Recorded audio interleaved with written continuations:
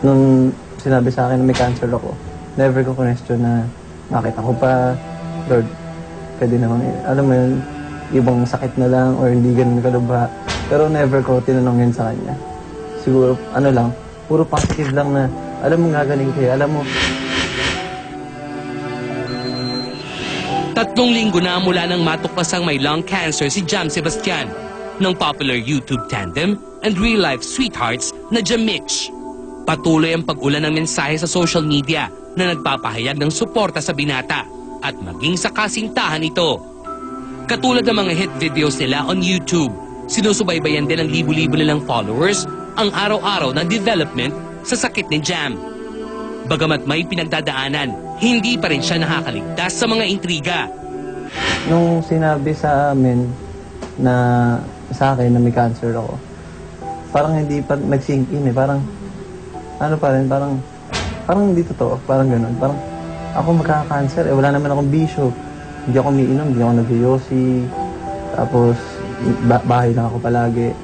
Hindi ako mahilig sa mga clubbing, mga ganun. So, naisip ko paano nangyari sa akin yung ganun na magkaroon ako ng cancer. Earlier this week, may kumalat na mga larawan ng binata na tila kumukontra sa mga naging pahayag nito hinggil sa kanyang healthy lifestyle. May mga bumabatikos sa anilay di nito pagsasabi ng totoo. Ngunit ano ba ang katotohanan sa likod ng mga nasabing larawan? Ano ang intensyon ng taong nagpakalat nito? Ngayong hapon sa Star Talk, isang paglilinaw mula sa iniintrigang si Jam Sebastian at ang kwento ng patuloy nilang pakikipaglaban sa matinding karamdaman. Sina Jamville Sebastian at Pauline Michelle Ligayu o Jamich live. At kasama natin ngayon, syempre, live, Jam and Mitch, known as Jamich. Magandang hapon. Syempre, magbigay-pugay din tayo sa mami. Mami ka ba talaga? Yes. Si Mami Maricar Sebastian, mami ni Jam. Okay. Linawin muna natin, Jam, kasi yung sinabi sa last week yun na sinabi mong wala kang bisyo, you don't smoke, you don't drink. Pero eto, nung inulit natin sa interview, meron ngayon mga naglabas ang mga issue ngayon at naglabas ang mga picture na hindi raw totoo kasi ikaw nga, paliwanag mo ito. We have the picture here. Can we show it? Ito. Ayun na. Ayan po. Kuha po yan ng Christmas 2009. Kasama ko po yung mga barkada ko. Hindi po talaga ako nag-ios. Hindi po ako umiinom. Kung makikita niya po, pinagtripan na ako dyan. Yung kumalat po kasi na picture yun, nakaganan ako. Parang mayabang yung dating. Parang bahal po yung dating. So parang napagtripan na ako dyan. Pag nakita niyo dun sa ibang pictures na hindi kumalat, ako po yung nag-post nun talaga. Ako po yung nag-post nung yung picture na parang nandidiri ako sa yosi tsaka sa beer. Ayun po yung dalawa sa gilid. Pero po yung isa lang po kasi yung kumalat. So ako po yung naglabas nung picture na yung parang inisente ako na hindi po kasi ako talaga nag-ios nag-beer. So yung mga barkada ko parang napagkatawaan lang ako, para bad boy yung dating, gano'n. Props lang ang, in other words. Opo. Oo, ginamit na props. Ito pa, ito naman may sakit na nga, iniintriga pa. Kasi may isa pa raw issue na adik ka raw sa casino. Sa tingin mo ba, ito, meron ba tayong picture sa casino? So yun, nagkakasino ka ba talaga? Ako din po yung naglabas ng picture na yun. Ito po, Ayun. before po, yan lang po yung bisyo ko. Talaga pong na-addict po ako sa casino. Sa poker po. Feeling ko po, doon ko po nakuha yung mga smoke, yung stress. Second hand, mas delikado yun. Nakuha ko po yung lung cancer ko sa stress and sa lifestyle. Ilang taon po akong pabalik-balik sa casino na minsan sa sobrang addict ko, 3 days po ako nandun. Na minsan, iglip lang, ang kain ko lang sa isang araw, isang beses, tapos puro stress kasi nag-iisip ka palagi. Ganun po, ang tagal ko pong naging lifestyle nun. So, feeling ko po, dun po ako nagkaroon ng stress, dun po nag-start yun po yung sakit ko. So, in other words, pinagsisihan mo siyempre ngayon yun dahil ito yung naging resulta. Opo, pinagsisihan and natuto na rin po ako dun. Matagal na rin po akong tumigil and simula po nagkaroon ng Jamich, nagbago po yung buhay namin. So, nawala po yung addiction ko dun sa gambling. Totoo ba Mitch. Yes po, ngayon sobrang okay na siya. Healthy living na kami. Pati actually kami na nasa bahay din, nakasama niya palagi, nagiging healthy living na rin. Pero Jam, anong nararamdaman mo ngayon as we speak now? Ah, Health-wise. blessed po kasi yan, kaharap ko po kayo, nasa nationwide po ako, pinapanood po ako ng mga tao.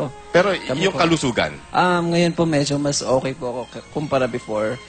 Yung treatment ko po everyday po. So, medyo mas malakas ako kumpara dati. Dati po, nakahiga lang ako palagi. Nasa kama lang. Ngayon po, nandito na ako sa studio. Yan, nakakapag-ayos na ako. Tsaka gwapo pa rin siya, di ba? pa rin. Nagmana sa mami. Mami, paano mo yung pag-aasikaso araw-araw? I can imagine, meron ka sariling buhay mo. Yes. Paano yun? Paano mo inaalagaan Actually, si nung Jam? nalaman kong may sakit siya, nag-resign ako sa work ko. Aha. Tapos, ako na yung nag-aasikaso ng food niya kasi maraming bawal. So, umaga pa lang nagigising ako. Ako na din yung namamalengke para sa kanya. Tapos, ako din yung nagpapainom ng gamot. Kinukulit ko talaga siya. Kasi minsan matigas ang ulo niya, ayaw niyang uminom ng gamot. Nurse, kumusta naman ang pasyente mo? Matigas ka ulo? Sobra po. Kami po ni Tita hirap na hirap kay Jam everyday. Sa ano to? Pero anong klaseng, you said everyday treatment. Anong klaseng treatment yun? Integrative medicine. Ano ulit? Integrative medicine. Paano yun? Pinagsama po yung alternative tsaka yung conventional. Pinagsama po yun. Tapos, IV po siya everyday. Tapos, bawal po ako sa mga unhealthy foods. Ang pwede lang po veggies tsaka fruits. So, gulay, prutas. Opo. Tapos, tulog na maaga. Ano pa ba? Ayun. Tapos may machine din po sa kanyang ginagawa na yun po yung nagtutunaw ng tumor. For 2 hours po Parang yun. microwave. Microwave na machine. So, talaga major production. Araw-araw. Opo. Hindi biro ito, ha? Pero ngayon, ang maraming talaga last week, talagang ang daming nung nalaman nila na nagbibigay ng suporta. Anong masasabi mo sa mga yun, online followers, kahit sa mga nanonood ng Star Talk? Ang Sobrang dami-dami. nagpapasalamat po ako sa lahat. Sa bawat isa na nagdadasal, na nagbibigay ng suporta, yung mga gusto po akong makita, yung mga dumadalo sa bahay, sa lahat-lahat po. Kahit minsan may mga galing Pantarlac, nagulat po kami. Nasa condo na lang po. So, maraming salamat po. And I'm so blessed na nangyari po sa amin itong lahat kasi mas naging attached po ako sa family ko, sa girlfriend ko, sa mga friends ko, sa mga supporters. And sana po at tuloy-tuloy yung paggaling ko. And abangan niyo po yung mga susunod pa naming movie. Okay. Mami Maricar, anong feeling mo bilang ina na nagsasuffer ang anak mo pero ang daming nagsusuporta? Siyempre, bilang ina, ako yung una talagang nasasaktan. Sobrang nasasaktan talaga ako. Lalo na pag nakikita ko siyang in pain. Tumatakbo ko. Kasi ayaw kong makitang umiiyak ako.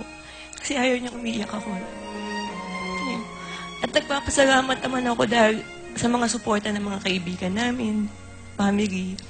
Kumbaga, yung kahinaan ng loob ko, sa kanila din kami kumukuha. Kasi hindi namin kakayanin mag-ina to.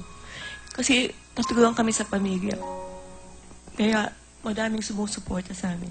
And thank you sa lahat. Well, actually, 4 kasi. Kumusta naman ang nurse, si Nurse Mitch? Anong rating mo? Hindi siya umaalis talaga sa tabi ni Jam. Ever since yung nagkasakit. Lagi talaga siya. Minsan nga sinasabi ko, pagpasensya niya na kasi may time kasing ina-atake siya ng anxiety na nagagalit siya kay Mitch.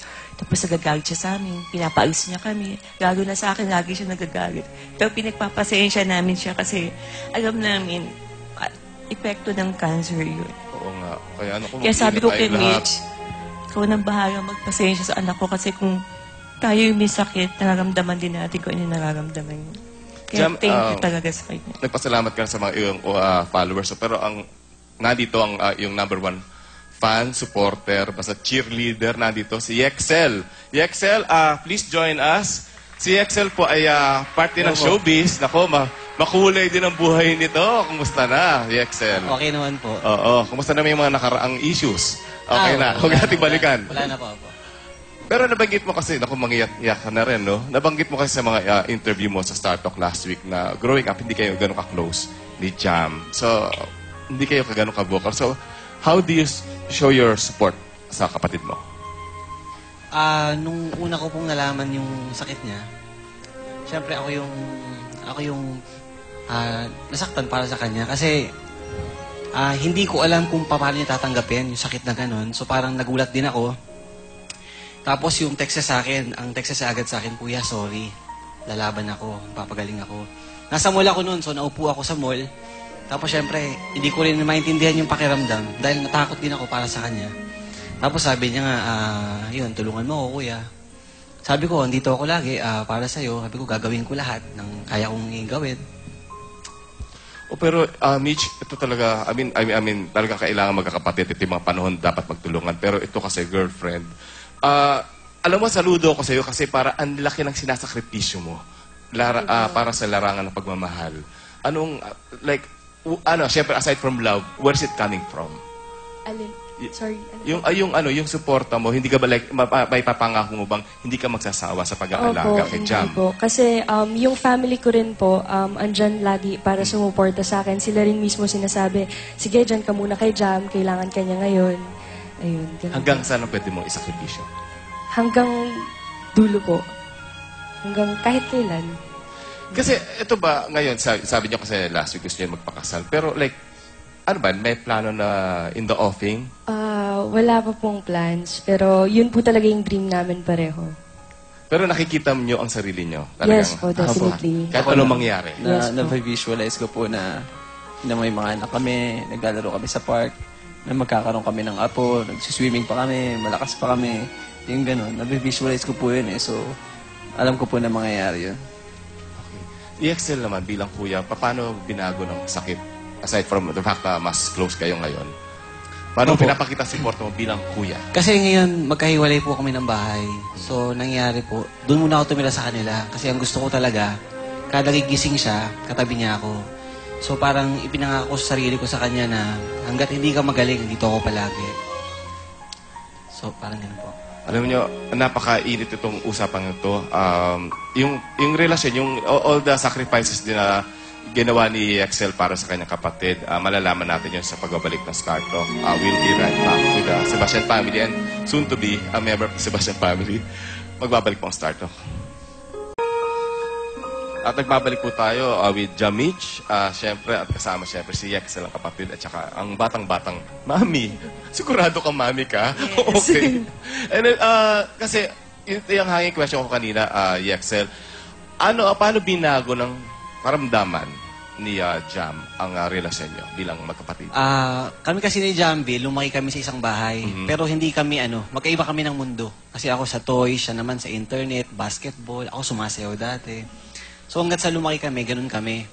Pero etong nangyari nga to, eto lang yung parang feeling ko simula bata kami, eto na yung parang pinaka-kauna-unahang yakap namin ulit bilang magkapatid na may luha, na gano'n. Kaya ka sa magkakapatid, huwag nyo na hintayin, no? Oo. Kaya nga. Pero kasi syempre, maraming syempre nagsusuporta, pero maraming pa rin haters, maraming bashers na sinasabing attention seeker lang daw kayo. Ano reaction nyo dun? Sa sobrang dami po ng pagmamahal, hindi ko na po masyado napapansin yung negative. Dahil halos lahat po talaga, minsan nga po may napapasa ako kahit haters na dati po akong hater pero nagsisi ako, nagsasorry tapos magpagaling kayo, nagdadasal ako para sa inyo. So, kahit yung mga dati kong nakaaway, lahat nagiging kabati ko, nagsorry ako, ang sarap ng pakiramdam na, uy, wala na akong kaaway. Kumbaga lahat okay na. Parang lahat nagiging positive. Iba yung way ni Lord kung aalamin lang natin yun, maintindihan natin yun, talagang the best po yung plano niya para sa atin. Okay. Mitch, halos 6 na taon na yung Jamich nyo, no? Yes, po. Sa tingin nyo, what made you click? Siguro po dahil pinapakita namin kung ano talaga kami sa mga tao na nakapaligid sa amin. Na totoo talaga kami. I mean, walang halong, like may image kang gustong ipakita, walang ganun. Kung ano talaga yung pagkatao namin, yun yung pinapakita namin. Ayun po. Pero yun na nga, again, kanina nga, tinanong ko na yung future nyo together. Pero bilang halimbawa, kung as partner, kasi pero ano ba to, magkasama as talagang, sabi natin lovers, no? As partners as in the profession, sa tingin nyo, ano pang nabivisualize nyo in the future para sa inyong dalawa? Yun nga po, yung may mga apo na kami, na kompleto yung family namin, masaya kami, nag-e-enjoy lang kami sa buhay. Ayun po, tapos si Lord nasa gitna ng relationship ng buong family. And pati po yung family niya, yung family ko din po. Mami Maricar, paano bibigyan kayo ng apo? Gusto niyo ba yun? Na Yun ang gusto ko. lola kayo tatawagin? Gusto ko na talaga magkaapo. Ikaw, anong nakikita mo sa kanila? Paano mo na-visualize itong dalawang Nakikita ko talaga magsikiro? magkakaapo ako sa kanila. Kasi ang gagi nila binibigay sa akin yung tuta eh. Yun daw yung anak nila. Ayoko nung ganyan. Ayan, ayan, si ayan. Kimi. Ayan yung anak Ay, ito. nila. Sige, ako meron pang ano Ito to. yung anak nila. Ayan, ako si Happy you. Penris pa pinagdala nyo. Pero, how did this, Mitch, how did this change? Yung sakit? Oh my God, okay. Are you okay? Okay siya. Paano nabago yung relasyon nyo? Ano lang po sana sa tingin because... Okay, kaya ni Jam yun. Kaya ni Jam. Kaya Okay. niya yan. Yun po, mas naging close kami sa isa't isa and mas naging malalim yung relationship namin. Ganun. Tapos 6th anniversary niya na rin. Yes, sa Anong May plano po. niyo? Nawala po yung Wala po. plano namin kasi yung sa treatment ko po. So, yung, simula nagkaroon ako ng sakit, lagi sila nakafocus sa akin. Ano ba dapat ang plano? Out of town, mga ganun po. Kasi hindi niyo naman malabong gawin. Opo, kasi yung treatment po kasi. Pero hanggang saan lang pwede makarating kung hindi out of town? I-celebrate lang po namin siguro. Magde-date kami dito sa Manila, ganun, surprise, mga ganun. Ito lang, ano lang ha, kunyarian lang ha. Kunyari, ito, kasalan, meron kayong pare, okay, tapos nanonood lahat ang dami yung imbitadong guest, yung nanonood sa atin, nandito yung parent, at may best man ka na. Anong sasabihin nyo pag halimbawa magpapalit ka ng wedding vows? Mauna ka na, Mitch. Ladies first. Pressure. Tingnan mo naman siya. May ring bearer ka na, yung dog.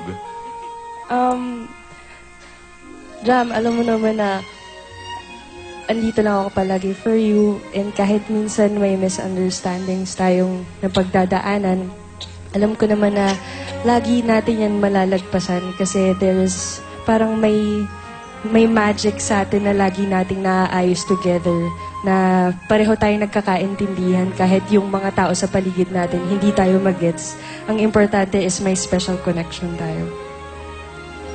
Jam, anong response mo sa iyong bride? Sa akin naman, diba, ikaw nag-aalaga sa akin ngayon. Sabi ko sa'yo, babawi ako, diba? Pag dumating yung time na magaling na ako, aalagaan kita habang buhay, pati yung mga anak natin, yung magiging family natin. And sobrang special ka sa akin. Alam mo yan, kahit may cancer ako, nawawala pagkayakap kita. Iba yung pakiramdam, iba yung kasiyahan, iba yung kaligayahan kapag katabi kita.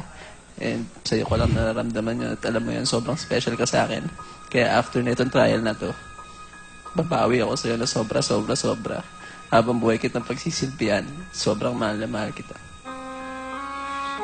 Yung best man ay iyak-iyak din. Anong message mo na lang sa bagong kasal? Hindi, syempre para kay Jam, sabi ko nga sa kanya, dito lang ako palagi. Gagawin namin lahat para maibalik yung mga lakas niya. Yun, syempre, kailangan niya lang sundan yung mga gamot, mga kailangan inumin, yung mga procedure ng sakit niya. So, para mawala agad. Kung yung iba nga na nababalitaan natin, cancer-free na, bakit pa sa kanya, di ba? Kumbaga, kumpleto naman kami ngayon.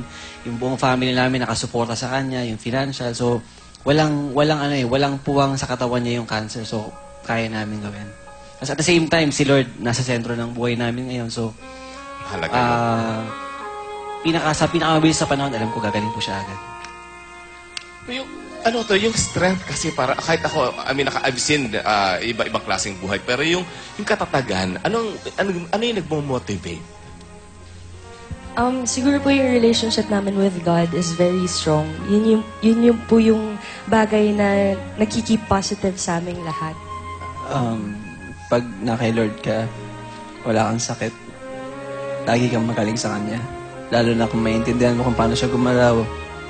Iba po yung way niya kahit minsan i-questionin mo siya, Lord, ang hirap nito. Pero alam ko, the greater the pullback, the greater the comeback. So, ang haba ng hinahatak niya ako ngayon eh. Pero pag nilaunch niya na ako, lahat kami mas malaki ang mararating, malayo ang blessing. So, ganun lang po. Yun lang yung paniwalaan mo. And paglaban mo yon and magdasal ka everyday na, Lord, thank you. Magaling na ako. Lord, thank you. Pinagaling mo na ako. Past tense. Kasi alam ko mangyayari po yun. He knows best. Oo, Mami. Ito, syempre, I'm sure sa lahat dito, ikaw ang pinaka-nagdudurog ang puso. Basta, yung promise niya sa akin na hindi niya ako iiwan. Dahil alam ko naman, hindi sinungaling ang anak ko. Alam ko, tutuparin niya yun. Kahit ano mangyari. Si Mama, di baling siya raw mauna. Wag lang kami. Yan na lagi So, ganun siya. So, parang kahit akuin niya na yung cancer ng kapatid ko. Ganun siya. Kaya, pag kami mga bagay na masakit kay Jamville, unang-una siya lumalabas kasi hindi niya kaya makita. Kasi pag umuubo siya, para bang gusto mong kunin yung sakit yung kahit konti lang. Kasi talagang yung non-stop of pain. Kahit akong kuya na matigas yung loob ko, pag nakikita ko masakit yung ubo niya, talagang ang hirap. Hindi mo ma-explain kung paano mararamdaman mo. Kung paano ka kukuha ng konting sakit, kung paano siya hawakan. Kasi pag hinawakan mo siya, manghingi siya ng yakap, kuya, hawak. Tapos, kuya, alis. Kasi, alam mo yun, may maraming masakit sa parte ng katawan niya. Ultimo yung pagtulog niya, yun ang pinaka-lagi naming laban. Kasi ang tulog niya, kada isang araw, halos 2 oras na lang. Yung buong gabi niya, parang trauma sa kanya. Kasi, isang side na lang siya natulog ngayon, yung pakanan na lang na ganyan. Tapos, sumasakit pa. So, yun ang laging hirap namin pagka yung patulog na. Okay. Mami, siguro mga inong katulad mo rin, anong yung na pwedeng ganito rin pinagdadaanan, anong pwede niyong i-share sa kanila? Na sana, ibigay niyo na lahat kung ano yung mabibigay niyo sa anak niyo. Kasi ngayon, hindi ko naman masasabing pinabayaan ko siya eh. Kaya may mga times siguro may mga shortcomings ako. So ngayon, binibigay ko na lahat. Para sa kanya. Kasi mahal na mahal ko ano. At sana sa mga parents, sabihin niyo na lahat ang gusto niyo sabihin. Iparamdam niyo na lahat kung ano yung gusto niyo iparamdam sa mga anak niyo. Kasi ngayon nararamdaman ko kung gaano kasakit. Okay. Ang bigat nito. And kayo na lang, kasi maraming nai-inspire si Chacha Padilla pa na yung tweet, no? The inspiration that you can share with everyone, with the entire public na, di ba, parang, this is a very difficult situation. Nakakayanan nyo. At hindi nawawala ang pagiging in love with each other. Ikaw na muna kaya, Mitch. Oo, sa mga yung paano sila magdodraw ng inspiration? Yung love kasi, kusa niyong mararamdaman yan and hindi yan yung pilit. Ang importante, iparamdam niyo lagi sa partner niyo na andyan kayo para sa kanya, na kahit anong sacrifice ang gawin niyo, willing kayong gawin para lang sa taong love niyo. And Jam, sa mga fans, sa mga hindi kasama talaga sa suporta. Love is the greatest emotion, feeling na binigay sa atin ni Lord na blessed na tayo sa love. So, ang gawin natin, araw-araw natin yun. Pag-aralan, araw-araw natin yun palawakin. Kasi kung love yung iikot sa buong mundo, lahat mawawala yung hatred, yung problema. Kasi sobrang laki po ng love. And sobrang powerful na kahit may sakit ka, pag naramdaman mo, mahal ka ng mga tao, nawawala yung sakit mo, nawawala yung karamdaman mo. So, yun lang po. Kung ano pa yung mabibigay mo sa buong mundo, and enjoy mo lang yung buhay mo, and every day, isipin mo na last mo na yun. Mahalin mo yung parents mo, mahalin mo yung family mo, mahalin mo yung mga kaibigan mo. Sabihin mo kung gaano mo sila na-appreciate. Kasi ako po, maswerte ako kasi naramdaman ko pa lahat ng pagmamahal. Yung iba po, nawawala, na-aksidente. Hindi man lang nasabi ng mahal kita, na importante ka sa buhay ko. And para sa akin po, very fortunate na buong pamilya ko, buong supporters ko, girlfriend ko, nandyan para sa akin. Na pinaramdam nila sa akin na sobrang mahal na mahal ka namin at hindi ka namin iiwan. Yun lang, okay na po ako dun eh. okay na po ako dun. Nakakaingit ka kasi nabigyan ka ng pagkakataon, di ba? I mean, kaya it's not too late for everyone. Pero EXL, sa lahat ng sumusuporta sa iyong family, this is your opportunity to thank them. Ayun, sa lahat po ng mga taong syempre tumulong sa amin, financial, sa mga prutas na pinapadala nyo, sa mga gamot, tapos sa isang damakmak na comment sa mga inbox namin, yun po maraming salamat po dahil syempre kahit sa mga simpleng tip lang po, nakukuha po namin yung mga number ng doktor, yung mga kailangang inumin gamot, yung mga pinagdaanan din ng mga cancer patients sa family nyo. Kumbaga, napapag-usapan po namin palagi kung paano yung mga tip, yung mga pwede namin gawin para kay Jambil. So maraming salamat po sa lahat po ng sumusuporta. Thank you very much po. Mami, talaga dakila ka talaga. Anong gusto mo, again, pasalamat sa mga tumutulong? Yes, sa mga tumutulong sa amin, sa mga kamag-anak ko, sa mga kaibigan ko dito sa Pilipinas, sa abroad. Thank you very much sa mga simple messages nyo, sa mga prayers nyo. Sobrang laking tulong sa amin yun. Yun po. Dahil hindi naman talaga biro itong, syempre, expenses pag nagkasakit, no? Magkakaroon kayo ng benefit concert, invite nga sila, share tong good news na to. Nagpapasalamat lang po pala ako sa papa ko na inalagaan din po ako kahit broken family kami. Tumira po siya sa condo. And maraming salamat pa. And I hope na nanonood ka. And sa friend ko na si Ayman na umuwi pa ng galing Japan para alagaan lang ako. And salamat po. Salamat talaga sa lahat ng suporta. And John, yung benefit concert po para po sa akin, mamaya na po yan sa... Mamaya na. Opo, mamaya na po sa Tomas Zirco, Morato. Tomas Morato. 9 p.m. 9 p.m. Sana po magkita-kita po tayo doon. Gusto ko po kayo ma-meet lahat at mapasalamatan. Sobrang dami pong guest. Mark Heras, andyan po Ibi Babes, Neil Coleta, si Shay, Maneuvers, si Julian Trono, Chris Lawrence, Jonathan Diray, Sex Bomb, Moy Palaboy, Chickser, Kids at Work, at maraming pong iba pa. Sana makapunta po kayo. Ako, buong showbiz pala, nandun ako again.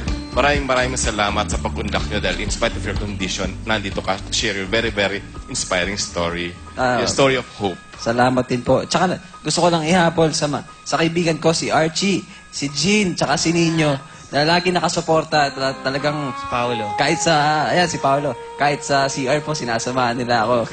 Kahit sa pagtulog ko, kailangan nila ako masahihin. Bro, I love you, bros. Thank you so Yun. much. And we love your family talaga. Kuya Butch, isa na lang pwedeng Sige, mahabol. sige.